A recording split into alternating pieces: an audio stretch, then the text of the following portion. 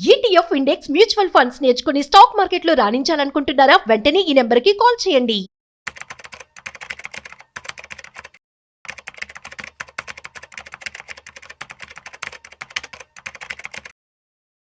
Trump tariff ఇండియాపై ఎలా ఉండబోతుంది? మరి ఇప్పుడు ట్రంప్ టారిఫ్ కనుక అమలు అయినట్లయితే సో మన వైపు గూడ్స్ కావచ్చు, కన్సంప్షన్ అనేది ఎలా ఉంటుంది, అసలు మనకి ఎట్లాంటి ఎఫెక్ట్ ఉంటుంది, at the same time foreign కంట్రీస్కి ఎలాంటి ఎఫెక్ట్ ఉంటుంది, ఈ విషయాలన్నీ కూడా మనతో చెప్పడానికి ఇవాళ మనతో certified financial planner Madhavi Reddy garu ఉన్నారు. సో వారి మాటల్లో అడిగి తెలుసుకుందాం. హాయ్, హలో, నమస్తే, వెల్కమ్ టు సుమన్ టీవీ. నేను మీ Rajeev Pasupuleti. So let's start. Hi ma'am, నమస్తే. నమస్తే అండి. ఎలా ఉన్నారు ma'am?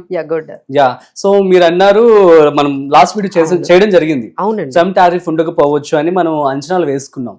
So compare to other countries so మాదిరిగా మనకు బాగున్నట్లే, కానీ టారిఫ్ అయితే మనకు కూడా ఉంది. అవునండి. సో ఎలా తీసుకోవచ్చు పరిణామాన్ని, అండ్ ఏవేవి ఎఫెక్ట్ అవుతాయంటే ఏమంటారు? సో ఇవన్నీ కూడా మనం చూసుకుంటే, ఆయన ప్యాటర్న్ చూసుకుంటే దీన్నంతా కూడా ట్రంప్ టారిఫ్ టాక్టిక్స్ అని చెప్పొచ్చండి. అంటే ఆయన ప్రాసెస్ కానీ, ఆయన ఈ టారిఫ్ సాగా కానీ మనం చూసుకున్నట్లయితే ఫస్ట్ ఆయన హయ్యర్ ఇంట్రెస్ట్ రేట్ ఇంపోజ్ చేస్తారు. ఇండియా బాగా ఎదిగిపోతుందని ఆయన అన్ని కంట్రీస్ మీద అండి, లైక్ 30, 40, 50% అని ఇనీషియల్ గా ఆయన ఫస్ట్ హయ్యర్ రేట్ ఇంపోజ్ చేయడము, ఆ తర్వాత థ్రెటనింగ్ లాగా, లైక్ బ్లాక్ మెయిలింగ్ లాగా, మీరు మీకు ఇంత ఇమీడియట్ గా ఇంకా నెగోషియేషన్స్ లేవు, ఇంకా ఇమీడియట్ గా మీకు ఇంత ఎఫెక్టివ్ గా ఈ డేట్ నుంచి స్టార్ట్ అవుతుంది, ఈ విధంగా కొంచెం ఒక రకమైన థ్రెటనింగ్ గా ఆయన వర్డ్స్ గానీ ఉండడము. ఎస్పెషల్లీ మనం కూడా చూసాం. సో మీరు క్రూడ్ ఆయిల్ బై చేస్తున్నారు రష్యా నుండి, సో మీకైతే పెనాలిటీ. నాట్ ఓన్లీ అంటే హీఈస్ టాకింగ్ అబౌట్ 3 థింగ్స్ అండి ఇక్కడ. ఒకటి ఏంటంటే బేస్ లైన్ టారిఫ్స్ అంటారు, అది 10%. ఆ తర్వాత రెసిప్రోకల్ టారిఫ్స్ అంటారు, అంటే వాళ్ళకి మనం ఎక్కువగా వాళ్ళ ఇంపోర్ట్స్ మీద వేస్తున్నాం కాబట్టి మీకు కూడా ఆ ట్రేడ్ డెఫిసిట్ గురించి, ఆ ట్రేడ్ బ్యాలెన్స్ కోసం మేము కూడా మీకు ఎక్కువ టారిఫ్స్ వేస్తున్నామని అదొకటి. బట్ ఈసారి ఇంకొకటి అనమాట, మనకి ఏంటంటే ఎక్స్ట్రా అదేంటి పెనాలిటీ అనే ఫస్ట్ టైం ఆయన మాట్లాడారు. మీరు రష్యా దగ్గర నుంచి ఆయిల్ కొనుక్కుంటున్నారు, వాళ్ళ దగ్గర నుంచి ఆర్మ్స్ అన్ని కూడా, మిలిటరీ ఎక్విప్మెంట్స్ కూడా బై చేస్తున్నారు, సో దీనికి సంబంధించి మీకు ఏమైనా మీకు పెనాల్టీస్ ఉంటాయని, ఇలా ఈ విధంగా 3 సెగ్మెంట్స్ గురించి ఆయన ఈ టారిఫ్స్ గురించి మాట్లాడారండి. సో ఆయన సాగా అయితే ఇట్లా కంటిన్యూ అవుతుంది. ముందు థ్రెటన్ చేయడము, ఆ తర్వాత మళ్ళీ రీథింక్ చేస్తాము, మళ్ళీ ఈవినింగ్ అయ్యేటప్పటికి ఇంకా నెగోషియేషన్స్ స్టార్ట్ అయ్యాయి, ఇంకా నెగోషియేట్ చేస్తాము, మీకు ఫైనల్ గా ఒక August 7th కి మీకు ఒక ఫైనల్ పర్సంటేజ్ ఆఫ్ టారిఫ్స్ మేము చెప్తామని మళ్ళీ అది కంటిన్యూ అవుతోందండి. ఈ సాగా అయితే అసలు రిపీట్ అవుతూనే ఉంటుంది. బట్ ఏంటంటే మనం అయితే మాత్రం లైక్ కొన్ని సెక్టార్స్ అయితే కొంచెం ఎఫెక్ట్ అయ్యేటట్టుగానే మనకి కనిపిస్తున్నాయండి. ఎస్పెషల్లీ టెక్స్టైల్స్ కానీ, జెమ్స్ అండ్ జ్యువెలరీ కానీ, కెమికల్స్, ఆ తర్వాత కొన్ని డ్రగ్స్ సంబంధించిన ఫార్మా కొన్ని కంపెనీస్, ఆ తర్వాత మనకి ఇంకొన్ని కంపెనీస్, అంటే మనం ఇంకా కెమికల్స్ ఇవి కాకుండా కొన్ని అగ్రి సంబంధించినవి, ఇలాంటివి కొన్ని ఏమైనా మనకి ఇంపాక్ట్ అనేది మనకి కనిపించొచ్చండి. సో ఇప్పుడు ఎక్కువగా మనము ఏవి ఎక్కువగా మనం ఇంపాక్ట్ అవుతున్నాము అనుకుంటే కెమికల్స్, తర్వాత డ్రగ్స్, కొన్ని జెనరిక్ డ్రగ్స్ సంబంధించి, ఆ తర్వాత జెమ్స్ అండ్ జ్యువెలరీ, టెక్స్టైల్స్, తర్వాత కొన్ని ఆటో కాంపోనెంట్స్, తర్వాత ఇలాంటి ఎలక్ట్రానిక్స్, ఇవి కొంచెం అయితే మన ఎక్స్పోర్ట్స్ ఏవైతే యుఎస్ కి వెళ్తున్నాయో వీటికైతే మనకు కొంచెం ఇంపాక్ట్ అయితే కనిపిస్తుందండి. సో అన్ని సెక్టార్స్ కి ఇంపాక్ట్ అవుతున్నట్టు మనకు కనిపించదు, బట్ ఓన్లీ ఫ్యూ సెక్టార్స్ ఇప్పుడు ఏదైతే మనం మెన్షన్ చేస్తామో వాటికైతే మాత్రం కొంచెం ఇంపాక్ట్ అయితే మనకి కనిపిస్తుంది.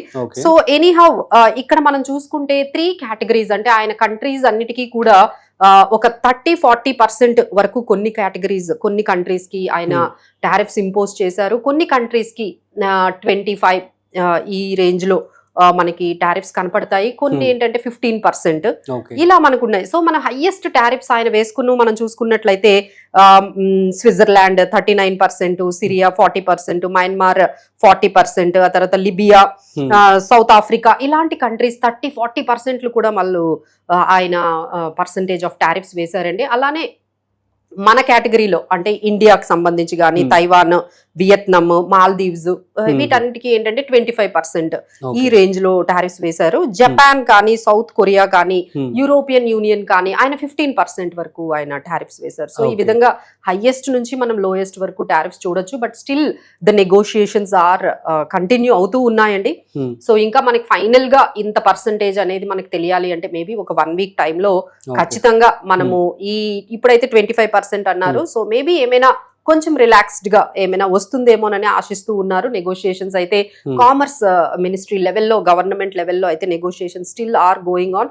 ఆయన కూడా అదే చెప్పారు, ఇంకా ఇండియాతో నెగోషియేషన్స్ అయితే మేము కంటిన్యూ చేస్తున్నామని. So we may get another 1 week లో అయితే మనకి కంప్లీట్ పిక్చర్ అనేది వచ్చేస్తుందండి. ఫైన్, అసలు ఉండదు అనుకున్నాం కానీ ఇప్పుడు ఉంటుంది అని ఎంత ఐడియా అయితే బట్ వచ్చింది. ఏంటంటే 25%, ఇప్పుడు Japan is getting only 15%. Better కదా. అలానే సౌత్ కొరియా ఈజ్ జస్ట్ 15%. వాళ్ళు కూడా చాలా తక్కువ టారిఫ్స్ తో వచ్చారు. సో మనం కూడా ఈ 10-15 అనే ఎక్స్పెక్ట్ చేసామండి.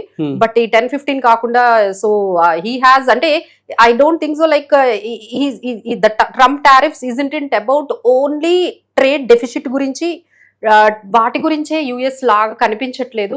It is about politics, it is about power.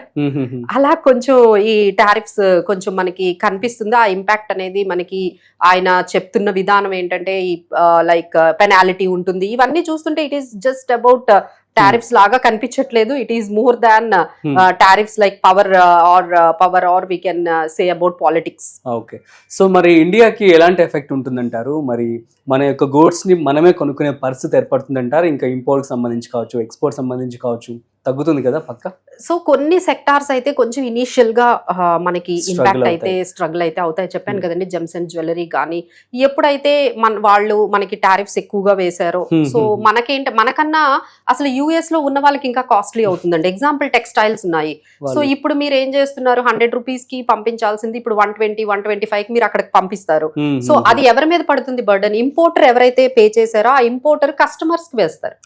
So final గా ఎవరు పే చేస్తున్నారు అంటే యుఎస్ లో ఉండే కన్స్యూమర్స్ పే చేయాలి. ఇలాంటి టైంలో మన ఫారిన్ కంట్రీస్ లో మన ఏదైతే గూడ్స్ కానీ ప్రొడక్ట్స్ కానీ బాగా ఎక్కువ కన్జ్యూమ్ చేస్తారో అట్లాంటి వాటిని మాత్రమే మనం ఎక్స్పోర్ట్ చేస్తే బెటర్ అండి. సో ఇప్పుడు ఏమవుతుందంటే అక్కడ వాళ్ళకి కాస్ట్లీ అయిన తర్వాత ఏమవుతుందంటే నెమ్మదిగా వాళ్ళు కూడా కొంచెం ఇంపోర్ట్స్ తగ్గిస్తారు. సో ఆ ఇంపాక్ట్ మనకి కొంచెం టైం తర్వాత డెఫినెట్ గా కనిపిస్తుందండి. అండ్ మోర్ ఓవర్ ఏంటంటే ఇక్కడ మనం చాలా, మన గవర్నమెంట్ ఏంటంటే కొంచెం అగ్రి ప్రోడక్ట్స్, యుఎస్ నుంచి వచ్చే కొన్ని ఫార్మ్ డైరీ ప్రోడక్ట్స్ కానీ అగ్రి ప్రోడక్ట్స్ కానీ మనం కొంచెం కంట్రోల్ చేస్తున్నాం. ఎందుకంటే we need to protect our farmers, our agriculture, our MSMEs, medium small electronic companies అన్నిటినీ కూడా మనం కొంచెం ప్రొటెక్ట్ చేసుకోవాలని యుఎస్ చెప్తున్న ప్రతి దానికి మనం ఓకే చెప్పలేకపోతున్నాం అండి. ఎందుకంటే మన మేజర్ కన్సర్న్ ఏంటంటే మన దగ్గర ఉన్న అగ్రికల్చర్, మన దగ్గర ఉన్న ఈ చిన్న companies, medium and small micro companies ని మనం ప్రొటెక్ట్ చేయాలనుకుంటున్నాం. కాబట్టి there are certain negotiations are still going on. వాళ్ళు ఏంటంటే అన్ని కూడా మన దగ్గర డంప్ చేశారు అనుకోండి, మన ఇండియన్ డొమెస్టిక్ గా ఎవరైతే ప్రొడ్యూస్ చేస్తున్నారో వాళ్ళకి ఇబ్బంది అవుతుంది. సో అందుకని కొంచెం నెగోషియేషన్స్ లో టైం అయితే పడుతుందండి. But still there is a hope. But ఏంటంటే ఇట్ టేక్స్ టైం. 1 week లో మనకి ఏదో ఒకటి క్లారిటీ అనేది కంప్లీట్ గా వచ్చేస్తుంది. But still negotiations are going on. Impact అయితే ఉంటుందండి. మార్కెట్స్ కూడా మనం చూస్తున్నాం, మార్కెట్ మీద ఇంపాక్ట్ కనపడుతుంది, కొన్ని సెక్టార్స్ మీద ఇంపాక్ట్ కనపడుతుంది. అలానే ఎకానమీ మీద కూడా టు సమ్ ఎక్స్టెంట్ ఒక 1-2% ఏదైనా ఈ విధంగానే కొంచెం స్ట్రింజెంట్ గా ఉంటే కొంచెం ఇంపాక్ట్ పడుతుందండి. It is not only Indian markets. ఎప్పుడైతే ఈయన ఇలా ఏ విధంగా చెప్తూ ఉన్నారో ఈ టారిఫ్స్ గురించి, యుఎస్ మార్కెట్స్ కూడా కొంచెం నెగిటివ్ గానే, ఎందుకంటే అక్కడ ఇన్ఫ్లేషన్ పెరుగుతుంది. So these are all the dynamics. Future లో ఇంకొంచెం అది తగ్గే అవకాశాలే ఉన్నాయండి. But this penalty and 25% is very huge. అవును.